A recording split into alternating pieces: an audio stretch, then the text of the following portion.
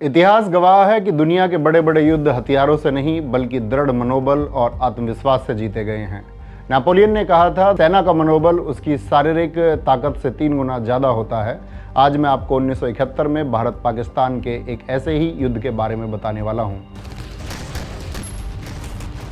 जहां दुनिया की 2 महाशक्तियां अमेरिका और ब्रिटेन पाकिस्तान को बचाने के लिए समुद्र में खड़ी थीं। अमेरिका ने अपने परमाणु हथियारों से लैस 7वें बेड़े पानी के जहाज़ों को बंगाल की खाड़ी में भेज दिया था, हमें डराने के लिए। लेकिन हम डरे नहीं, क्योंकि हमारे पीछे खड़ा था रूस, सोवियत यूनियन, जिसने अपनी न्यूक्लियर सबमरीन भेजकर अमेरिकी जहाज़ों को 1 इंच भी नहीं बढ़ने दिया। याद रखिएगा, उस वक्त हम किसी विश्व गुरु वाले भ्रम में नहीं थे, हम यथार्थ में जी रहे थे। 1971 का युद्ध 3 दिसंबर 1971 को पाकिस्तानी वायुसेना के operation Genghis Khan code name के तहत भारत के 11 से अधिक सैन्य हवाई अड्डों पर एक साथ हमला करने से शुरू हुआ। पर यह युद्ध हुआ क्यों? इसके पीछे एक बहुत गंदी मानसिकता थी, नस्ल सुधार, जेनेटिक इंप्रूवमेंट। उस समय पाकिस्तान 2 हिस्सों में बटा था, पश्चिम और पूर्व। पश्चिमी पाकिस्तान वर्तमान पाकिस्तान के शासक और सेना जनरल, पूर्वी पाकिस्तान वर्तमान बांग्लादेश के लोगों को मुसलमान मानते ही नहीं थे। वो कहते थे कि ये लोग कीड़े मकोड़े की तरह काले छोटे कद के हिंदू कल्चर से प्रभावित हैं, क्योंकि यह उर्दू नहीं बांग्ला भाषा बोलते हैं। General Tikka Khan, butcher of Bengal जिसे कहा जाता है, उसने आदेश दिया था, मुझे इंसान नहीं जमीन चाहिए। जिसके बाद पश्चिमी पाकिस्तान ने ऑपरेशन सर्चलाइट, जो 25 मार्च 1971 को शुरू हुआ था। इसी ऑपरेशन के तहत पश्चिमी पाकिस्तान की सेना ने अपने ही देश के नागरिकों पर तोपें चलाई, तलवारों ने सरें काट दी। ढाका यूनिवर्सिटी के हॉस्टल्स में घुसकर छात्रों को लाइन में खड़ा करके गोलियों से भून दिया गया। और सबसे घिनौना सच यह है कि महिलाओं और बच्चियों के साथ रेप करने के लिए पाकिस्तानी सेना ने बाकायदा रेप कैंप्स बनाए थे और 3 से 4 लाख महिलाओं और बच्चियों के साथ रेप किया गया था। पाकिस्तानी सेना को आदेश दिया गया था कि बंगाली महिलाओं को गर्भवती करो, ताकि पैदा होने वाली नस्ल शुद्ध पाकिस्तानी हो। गर्भ में पल रहे बच्चों को संगीनों से मार दिया गया। यह युद्ध नहीं था, यह नस्लकुशी जिनोसाइड था, क्योंकि लगभग 30 लाख मासूम लोगों की मौत बेवजह इस युद्ध में हुई थी। जब किसी तरह अपनी जान बचाकर लाखों शरणार्थी भारत आने लगे, तो भारत की अर्थव्यवस्था चरमराने लगी। तब देश की कमान संभाल रही आयरन लेडी ने अमेरिका के राष्ट्रपति निक्सन की आंखों में आंखें डालकर कहा था, मैं रिफ्यूजी नहीं पालूंगी, मैं समस्या की जड़ मिटा दूंगी। ऐसे नेतृत्व को पॉलिटिकल विल, राजनीतिक इच्छा शक्ति कहते हैं। आज के दौर में जब हम कड़ी निंदा करके चुप हो जाते हैं, किसी सुपर पावर देश के दबाव में आकर दब जाते हैं, तब 1971 का युद्ध हमें आईना दिखाता है कि दुश्मन को घर में घुसकर कैसे मारा जाता है।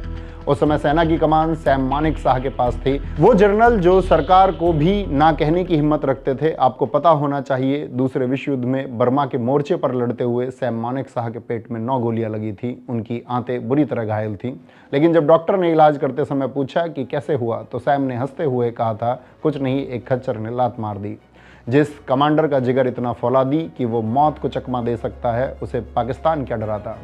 सरकार ने सैम मानेकशॉ को पूरी खुली छूट दे रखी थी। भारतीय सेना ने पाकिस्तानी सेना पर अटैक करने के लिए ब्लिट्जक्रेग तकनीक का इस्तेमाल किया, यानी कि बिजली की गति से हमला। हमारे सैनिकों ने शहरों को नहीं घेरा, बल्कि उन्हें बाईपास करते हुए सीधे ढाका राजधानी की तरफ दौड़ लगाई। मेघना नदी के दलदल और पाकिस्तानी बारूदी सुरंगें भी उन्हें नहीं रोक पाईं। ढाका में भारत के पास सिर्फ 3000 सैनिक थे, जबकि पाकिस्तानी जनरल नियाजी के पास 26,400 जवान पूरी तरह से हथियारों से लैस थे। पर 14 दिसंबर को भारतीय वायुसेना ने ढाका के गवर्नर हाउस की छत उड़ा दी, जहां नियाजी और उसकी पूरी सरकार छिपी बैठी थी। भारतीय वायुसेना के आसमानी पराक्रम को देखकर पाकिस्तानी सेना डर गई और फिर 16 दिसंबर को हमारे मेजर जनरल JFR जैकब ने पाकिस्तानी जनरल नियाजी की मेज पर हाथ मारकर कहा था, जनरल तुम्हारे पास 30 मिनट हैं, अगर सरेंडर नहीं किया तो हम अपनी फौज पीछे हटा लेंगे और तुम्हें मुक्ति वाहिनी दल की उग्र भीड़ के हवाले कर देंगे। फिर तुम्हारा क्या हश्र होगा, तुम सोच भी नहीं सकते। भीड़ के हाथों मौत का डर और भारतीय सेना के खौफ से डरकर नियाजी ने 16 दिसंबर शाम 4:31 पर सरेंडर के कागज पर साइन कर दिया और सिर्फ 13 दिनों में 93,000 पाकिस्तानी सैनिकों ने अमेरिका के 7वें बेड़े की मौजूदगी के बावजूद भारत के कदमों में हथियार डाल दिए। यह थी हमारे बाप दादाओं और उस समय के वीरों की कहानी। लेकिन साथियों, एक कड़वा सच आज भी चुभता है। इस युद्ध में लगभग 3900 भारतीय सैनिक शहीद हुए थे और लगभग 10,000 घायल हुए थे। हमारे वीर सैनिकों ने अपनी कुर्बानी देकर बांग्लादेश बनाया था। लेकिन आज वहां क्या हो रहा है? शेख हसीना देश छोड़कर भाग चुकी हैं, वहाँ हिंदुओं के घर जलाए जा रहे हैं, उन पर अत्याचार किया जा रहा है, वहाँ की जनता इंडिया आउट का नारा लगा रही है। यह हमारी विदेश नीति फॉरेन पॉलिसी की बहुत बड़ी विफलता है। क्यों? क्योंकि हमने बांग्लादेश की जनता से रिश्ता निभाने के बजाय वहाँ के सिर्फ एक नेता शेख हसीना पर सारा दाव लगा दिया। हमें लगा वो सत्ता में रहेंगी तो सब ठीक रहेगा। अब वो गई तो वहाँ की जनता हमें दुश्मन मान रही है। इसे कहते हैं कूटनीतिक दूरदर्शिता, डिप्लोमेटिक शॉर्ट साइटनेस। एक शिक्षक होने के नाते मैं कहना चाहूँगा, पड़ोसी को पालना नहीं संभालना पड़ता है, क्योंकि जब आग पड़ोसी के घर में लगती है तो उसकी लपटों से हमारा घर भी जल सकता है। ऐसे ही लपटों से हमारे वीर सैनिक हमारे देश को न जाने कितनी बार बचाते आए हैं। लेकिन आज क्या हो रहा है, हम सैनिकों को क्या दे रहे हैं? एक तरफ हम 1971 की विजय गाथा गाते हैं और दूसरी तरफ हम सेना में ठेकेदारी प्रथा जैसे माहौल बना रहे हैं। क्या 4 साल की नौकरी और बिना पेंशन के रिटायरमेंट उस जज्बे के साथ न्याय है जो 1971 में था? और सुनिए देश के अंदर सैनिकों का हाल क्या है। बिहार 2023, गलवान घाटी के शहीद जयकिशोर सिंह, जिन्होंने चीनियों से लड़ते हुए जान दी, उनके पिता राज कपूर सिंह को बिहार पुलिस ने घसीट कर मारा और जेल में डाल दिया। कसूर क्या था? वो अपने बेटे का स्मारक बना रहे थे। तमिलनाडु 2023, हमारे जवान लांस नायक प्रभु को एक स्थानीय नेता और उसकी भीड़ ने पीट कर मार डाला, सिर्फ इसीलिए क्योंकि वो पानी की टंकी के पास कपड़े धोने को मना कर रहे थे।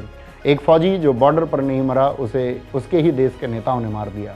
अभी हाल ही की बात है, मेरठ उत्तर प्रदेश के टोल प्लाजा पर हमारे एक जवान कपिल कवाद को टोल कर्मियों ने लाठियों से पीटा और खंबे से बांध दिया। वो अपनी ड्यूटी पर कश्मीर जा रहे थे। क्या यही सम्मान है वर्दी का?